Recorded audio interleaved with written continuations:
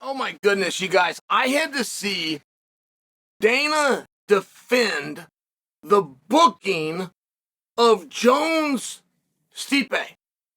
And I get how this sport goes. I do get that the landscape changes fast. And I would never begrudge you, the fan. I think you have the right. Some guys call it disrespectful if a fan boos. Some guys, if you flip them off, will punch you on their way to fighting Charles Oliveira. There's different guys. But I have always been an advocate that if you buy the ticket, you get to show the emotion.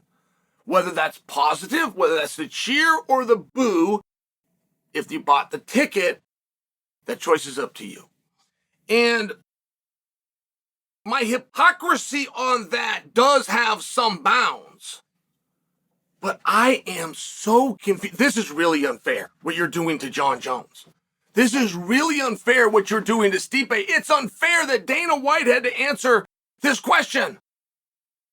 So let me take your short-term memories down memory lane, because there was once called a year of 2023, and there was once in that year called a month of March, when out of nowhere, we get informed simultaneously that our heavyweight champion, who had been in knee surgery and contract dispute, is gone, and that the vacated title will be contested between Ciryl Gane and Jon Jones at T-Mobile.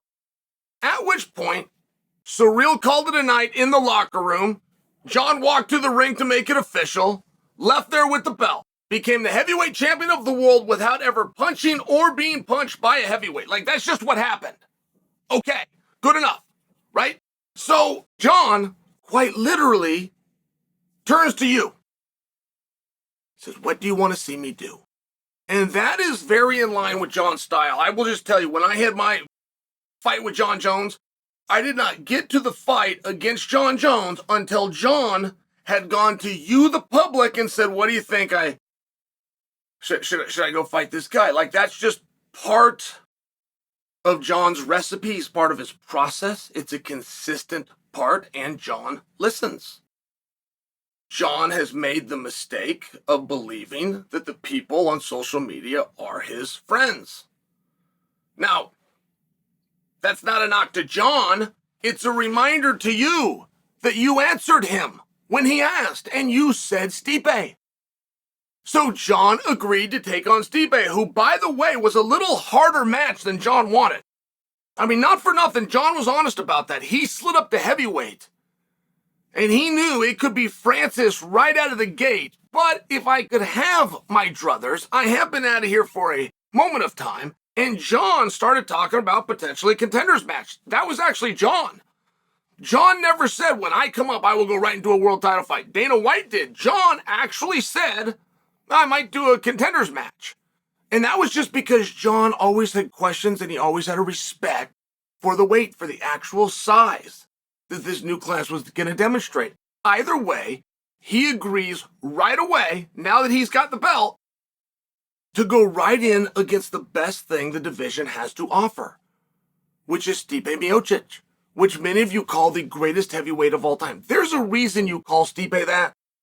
It's not just because you think he's a really great heavyweight. That he did something. I want to say he had the most title defenses, which, by the way, was 2. Possibly it was 3. But there's a reason, quantifiably, that many people say Stipe is the best ever. So Jon agrees to fight him. And they got common opponents. Daniel Cormier, for example. And it's a hard fight. And Jon wants it bad. And Stipe wants it bad. To the point that Stipe even put out artwork claiming to have been given to him by the UFC in a main event opposite Jon Jones on International Fight Weekend. Now, this is just in March, right? Jones beats Ciryl in March. By April, Stipe is putting out artwork that he's claiming he got from the UFC announcing him against Jones for International Fight Weekend. And Jon Jones is retweeting it, letting the world know they've got an agreement. Dana's got to step in and say, no, we don't. I did not send them that artwork. But I do see the storm that is brewing here. You got it. He wants it, you want it. Dana signed off. And he even upped the stakes to Madison Square Garden. Now, along that journey, Jon Jones suffers the first injury of his career. I believe this is the first and only fight that Jon has ever had to reschedule from it being on his side of it. So what do? Dana White at that time, and it was a different landscape, that was the fight you guys were after. You had not sold yourselves on Sergey Pavlovich yet. You had not sold yourselves on Tom Aspinall yet. The idea of Alex Pereira moving up had never been spoken. So what do? That fight that you made very clear you wanted, that was the fight, Dana postpones it. And it wasn't easy to do. Dana had to face a backlash of PR saying, why do you have a healthy Stipe Miocic in your front row when you've openly had a backup fighter known as Sergey Pavlovich? We've all known this could happen. It turns out it did happen. Why are they not fighting? And Dana had to answer for this. And for you guys to get you the fight you said you wanted, he did answer for it. And Sergey Pavlovich, as good as he was just young and not very well known. Stipe is believed and said to be the greatest heavyweight of all time.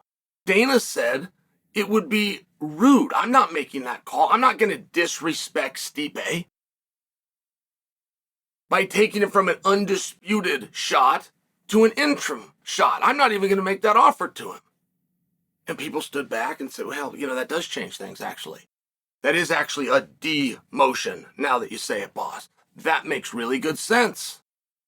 Onward we went in the terrified Ivan Drago-looking Pavlovich that so many people said Jon was scared of, Jon wouldn't fight, ends up going down in the first round, and you switch that energy over to Tom Aspinall. And it's one of these really weird spots where Dana actually had to answer this. And he says, so Jon Jones gets hurt, and you want me to take an opportunity from Stipe?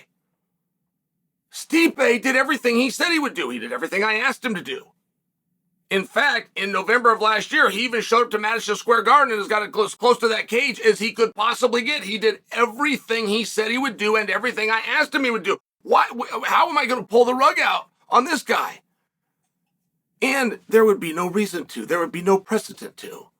There is nothing different now about Jon and Stipe than there was a year ago when they wanted to fight on International Fight Weekend. When in April of last year, right after Jon became heavyweight champion, never hitting and never being hit by a heavyweight. Same as his drawing into Madison Square Garden, where this was a very coveted fight and it had to replace not just once, but with 2 title fights in an attempt to make up for it. It's the same fight with the same guys. They haven't done anything different. Stipe has not slowed down. Stipe has not lost. He hasn't done anything in front of you that's any different. And I mean, I will just tell you, like in this sport, you're not wrong. Fans going to do what fans want. I understand it, but I don't know if I've ever seen anything quite to this degree. In an attempt to get Aspinall in there with Jon, in that attempt, instead of just saying, hey, you know what? I'd really like to see Aspinall against Jon. As a matter of fact, one's got an interim belt and one has an undisputed belt. I think precedent says these guys have to fight. Instead of doing that, it turned nasty, and it turned nasty against Stipe. That's the part that's incorrect. As soon as Stipe falls on his face, as soon as he slips on a banana peel, go ahead and go after him. That's fair game. That's this sport. That hasn't happened. Stipe has not done that. Stipe has not done anything like that. As a matter of fact, he got a little bit longer to train, and this is a consummate professional. He would have used that time very wisely. Stipe is in a better spot now than he was the first time. Those are the facts.